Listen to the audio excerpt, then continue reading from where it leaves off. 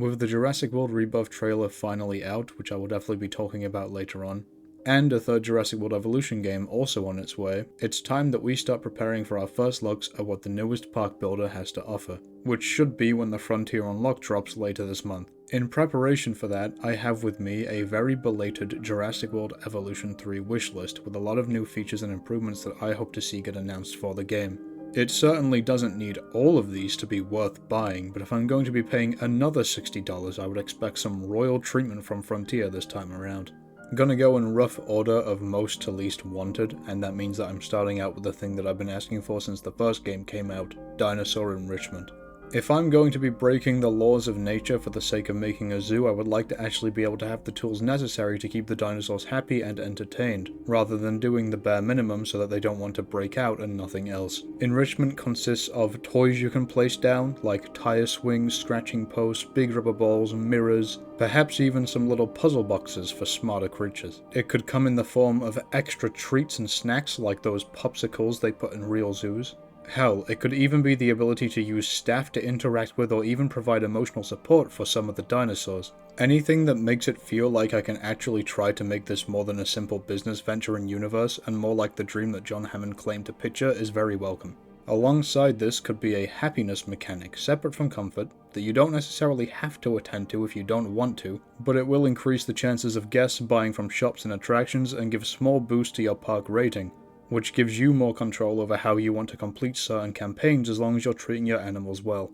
Do you remember in the Evolution 2 campaign and some parts of the Chaos Theory mode where you'd actually go out in vehicles to tranquilize and transport dinosaurs into the enclosures as opposed to engineering them yourself? I really liked the idea of doing that. Sadly, it was somewhat undercooked and was barely present in the overall game despite it being a quite fitting concept for the installment that was meant to release with Dominion. Naturally, I want to see it back in full force instead of dealing with the same old research and hatchery system for a third time. Maybe not as the core gameplay because I doubt they do that, but definitely as its own mode. Give us access to an island teeming with life where we have to travel in jeeps and other more restricted vehicles to document and capture the dinosaurs that live on the island. A lot of research nodes would be replaced with expansions to your park area and tools you're able to use to clear debris to access new areas. The dinosaurs here would have limited populations, so that coupled with the absence of genetic alteration would make them harder to keep alive and punish you for being consistently careless with the ones you're bringing back, or else the species may go extinct, adding some extra challenge to the mode to make up for the lack of cost when making dinosaurs. And preferably, the dinos and biomes here would be more carefully chosen rather than a massive singular jungle with anything they feel like throwing in. You obviously would have to avoid the dinosaurs themselves as they can get aggressive, but also may have to spare their lives while on the ground and simultaneously pissing them off should a disease happen to spread throughout the island, which can make for some very tense and action-packed experiences, especially for an evolution game. General aquatic upgrades, but most importantly the ability for terrestrial dinosaurs to swim, preferably all of them, not just the Spinosaurs. This is one of the more requested features in the community as a whole, and I agree, I think it's very important. We're 3 games in now, 4 if you count JPOG, and I at the very least expect the dinosaur that is well remembered for swimming after the main characters to be able to do so in-game. Not only is it fitting and natural, but it'd make large enclosures and no-wall parks that much better, being able to watch them actively explore and travel through even more diverse terrain.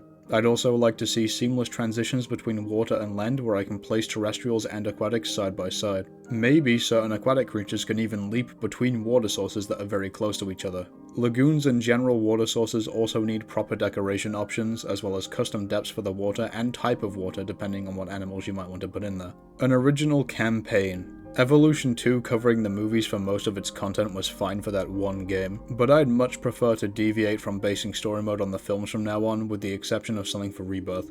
Original content worked just fine in the first game, the only thing lacking was visual variety, and the country-based locations were pretty nice in the second game's tutorial, but that only lasted like an hour. Even if they were to manage to do movie islands better than last time, they might as well have put that effort and passion into something new and unique, and I would hope that's what we're getting.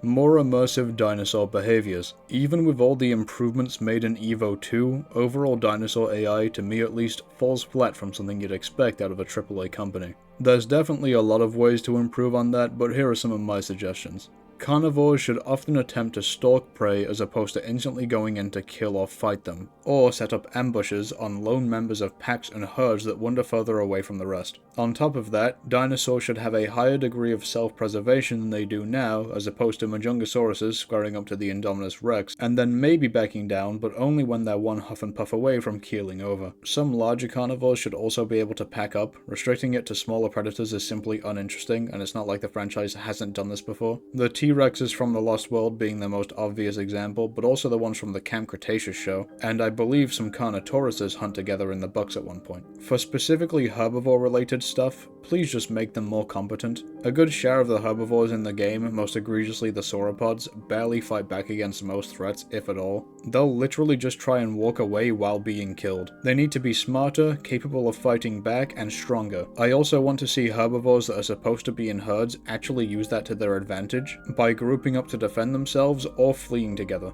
Vastly improved skin customization. JWE2's skin system is something I feel very strongly about. Not only did many old dinosaurs get their default skins downgraded to boring gradients of browns and greens, and new dinosaurs got that same treatment, but the new system that seems as though it's meant to give the player more options is also very restrictive for a lot of animals. Generally, you're provided with a dozen base skin colors, often all lacking in notable vibrancy, and then colors to choose from on just one specific pattern. There should be multiple patterns to choose from on each dinosaur, as well as more specific body parts to color. There should also be more variety of color options. If multiplayer survival games can give players pinks, blues, and sometimes an entire color wheel, then I don't see why the sandbox single player can't. Alternatively, or maybe even alongside this, just bring back preset skins. The 6 skin options you got in Evolution 1 tended to come out better overall than what you're able to make in the Evo 2 customizer, especially if you had to make 6 of those yourself. Big changes are needed one way or the other. I would love to see an introduction of underground building options, creating custom dens and cave systems both below the soil and carved into the mountainsides. Certain animals would really appreciate a safer, quieter place to rest if they're nocturnal, for example, and would allow for some beautifully made cozy dinosaur hangouts if they got the lighting and decorations right. The more building options the better, and I feel as though this idea often falls through the cracks when people are discussing how to make the game more immersive and customizable. The hybrids, despite all the mixed opinions on their inclusion, were undeniably a big deal within the Jurassic franchise for a short while, with both the movies and its outside media coming up with a lot of different prehistoric combinations over the years. But what we've ended up with, even after 2 of these games, are just 7 of them. For some comparison, Jurassic World the game has 78 hybrids, and Jurassic World Alive has 195. I'm not trying to suggest that they add that many, but with the introduction of this new mutant dinosaur, it definitely feels relevant to start looking back at them again. They could take the easy route, of course, and just add maybe a dozen more hybrids, which would be satisfactory, sure. Or they could give us way too much control, and let us fuse most of the dinosaurs in the game with each other, kind of like what LEGO Jurassic World lets you do. They'd probably not come out all too great as a result, since hybrids that are just body parts mixed together rarely do, and that's how they'd have to be made to avoid spending years coding just this system, but it'd still be cool to have, so I don't care. If you'll remember Jurassic Park Operation Genesis, which yes is the game I'm playing here, it had custom island generation. Within some limits you could make a park of your chosen shape and size, while also having the option to decorate it with a specific amount and less specific placement of mountains, trees, and rivers. This would be a lot harder to add to a game of this scope, especially since I personally would expect a bunch of different biome and island types to be available, but I would still love to see it featured in the game's sandbox mode, because what screams freedom more than building the ground you place your park on, right? On a similar note, I feel like we're also long overdue for a fully explorable and usable Isla Nublar and or Isla Sorna map in sandbox.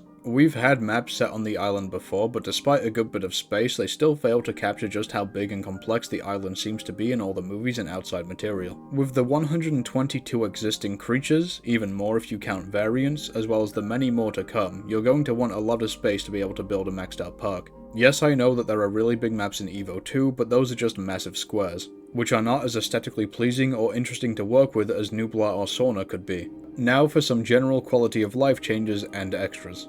The first order of business is to increase the variety of food that you can give to dinosaurs, allowing for more fitting dietary options or to be used to match the environment the feeder is placed in. This would be especially important on creatures like Tapejara who just eat fish in this game. I'd also like to see better and more diverse visual indicators for the health of your dinosaurs. I'm talking coloration changes and more clear animations for when they're sick, and more specific types of wounds that you can see on their bodies. I also want everything to be available in sandbox mode with the exception of the challenge rewards, which would stick to smaller things like skin options. This may seem obvious, but this wasn't the case in both the first game and at Evo 2's launch, so I just want to be sure. And of course, don't sell previous content as DLC. They did this last time with the new and improved hybrid pack, and I am surprised that I didn't see anyone call out how greedy that was. There's bound to be new dinosaurs, even if I think resources should be mostly allocated to new mechanics and upgrades, including upgrades to old dinosaurs and their designs like the 3 other mimids looking more distinct from each other, or more accurate variants of particularly outdated creatures that you could unlock at 100%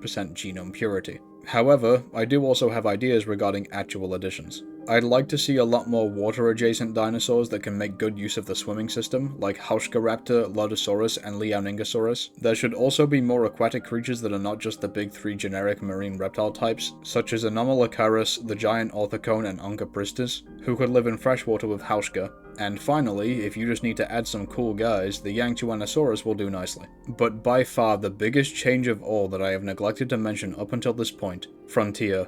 I'm begging you. Change the Megalo and Acro models, please! Please! Please, you gotta do it for me, I'm begging you.